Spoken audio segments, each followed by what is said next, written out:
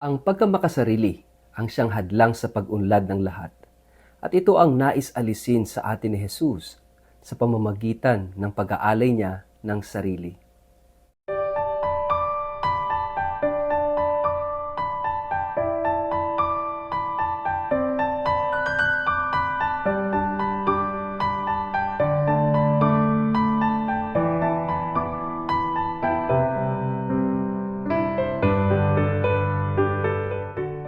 Ang mabuting balita ng Panginoon ayon kay San Mateo. Pakinggan ninyo ang isa pang talinghaga, sabi ni Jesus. May isang taong nagtanim ng ubas sa kanyang bukid. Binakuran niya ang ubasan, nilagyan ng pisaan at nagtayo ng isang tore. Pagkatapos, ang ubasan ay kanyang pinaupahan sa mga magsasaka at siya'y nagpunta sa ibang lupain.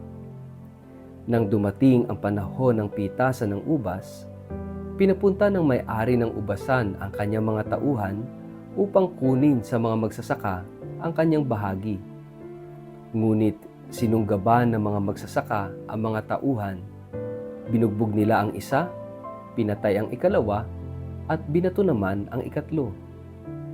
Muling nagpadala ang may-ari ng tauhan, mas marami kaysa una, ngunit ganoon din ang ginawa ng mga magsasaka sa mga ito.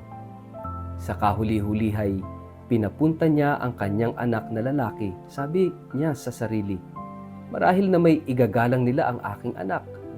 Ngunit nang makita ng mga magsasaka ang anak, sila'y nag-usap-usap. Ito ang tagapagmana, halikayo, patayin natin siya upang mapa sa atin ang kanyang mamanahin. Kaya't siya'y sinunggaban nila, inihagi sa labas ng ubasan at pinatay. At tinanong sila ni Jesus, pagbalik ng may-ari ng ubasan, ano kaya ang gagawin niya sa mga taong iyon? Sumagot sila, papatayin niya sa kakilakilabot na paraan ang masasamang iyon at pauupahan ang ubasan sa ibang magsasaka na magbibigay sa kanya ng kanyang bahagi sa panahon ng pamimitas. Nagpatuloy si Jesus, hindi ba ninyo nabasa sa kasulatan? Ang batong itinakwil ng mga tagapagtayo ng bahay ang siyang naging batong panulukan. Ginawa niya ito at ito'y kahanga-hangang pagmasdan. Kaya nga, sinasabi ko sa inyo, ang kaharian ng Diyos ay kukunin sa inyo at ibibigay sa mga taong masunurin sa kalooban ng Diyos. Ang bumagsak sa batong ito'y magkakadurog-durog at ang mabagsakan nito'y magkakaluray-luray. Narinig ng mga punong pari at ng mga pariseyo ang mga talinghaga ni Jesus at naunawaan nilang sila ang tinutukoy niya. Siya'y dadakpin sana nila, ngunit natakot sila sa mga tao sapagkat kinikilala ng mga ito na si Jesus ay isang propeta. Ang mabuting balita ng Panginoon.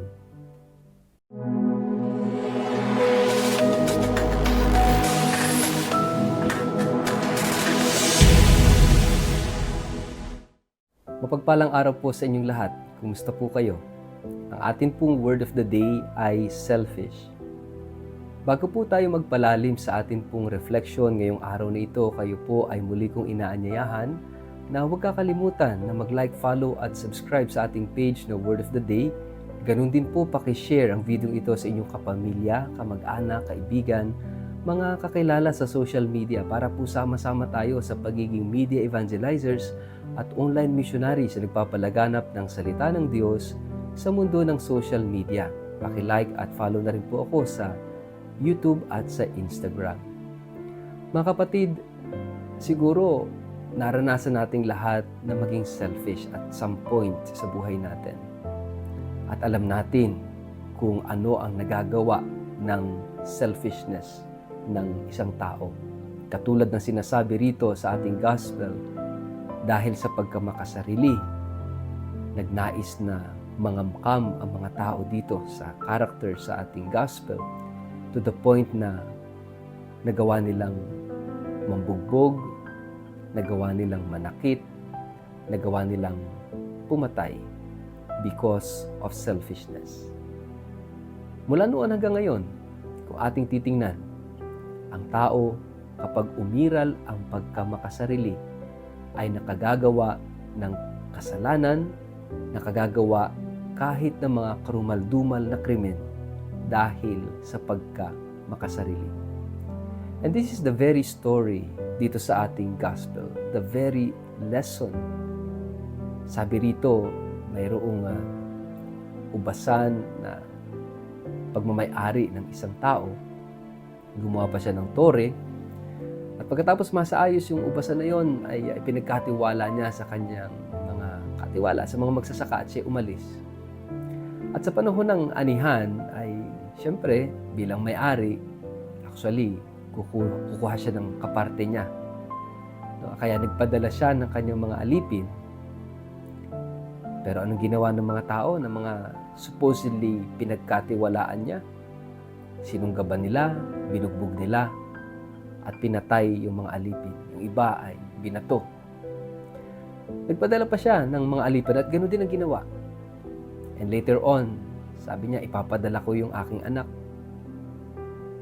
Siguradong pakikinggan nila ang anak ko. Pero ano yung inisip ng mga tao? Ito yung tagapagmana. Kaya pinatay rin nila. Pero actually, alam nyo, kung ating titingnan itong kwentong ito, it refers to Jesus. Na siya yung anak na ipinadala ng ama, pero anong ginawa? Pinatay. Hindi tinanggap. Siya yung batong tinanggihan ng mga tagapagtayo. Ano yung dahilan kung bakit hindi tinanggap ang anak? Ano ang dahilan kung bakit hindi tinanggap si Jesus?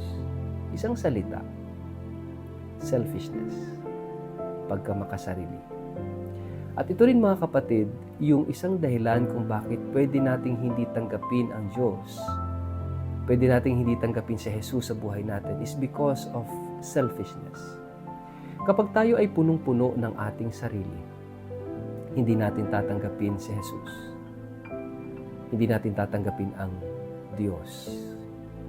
Hindi natin pwedeng sabihin, tayo naniniwala, mahal natin ang Diyos, tanggap natin si Jesus kung tayo naman ay makasarili, kung tayo puno ng ating sarili, or else, nagsisinungaling lang tayo.